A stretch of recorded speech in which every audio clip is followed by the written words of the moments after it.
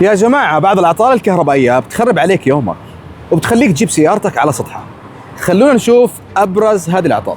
وهي السيارة اللي وصلتنا قبل شوية على البريك داون. يوسف مساء الخير. مساء النور. شو عم تعمل في السيارة هاي؟ السيارة وصلتنا على البريك داون طبعا بسبب الستارتر داخله في قطع لها عمر افتراضي وانتهى عمرها الافتراضي.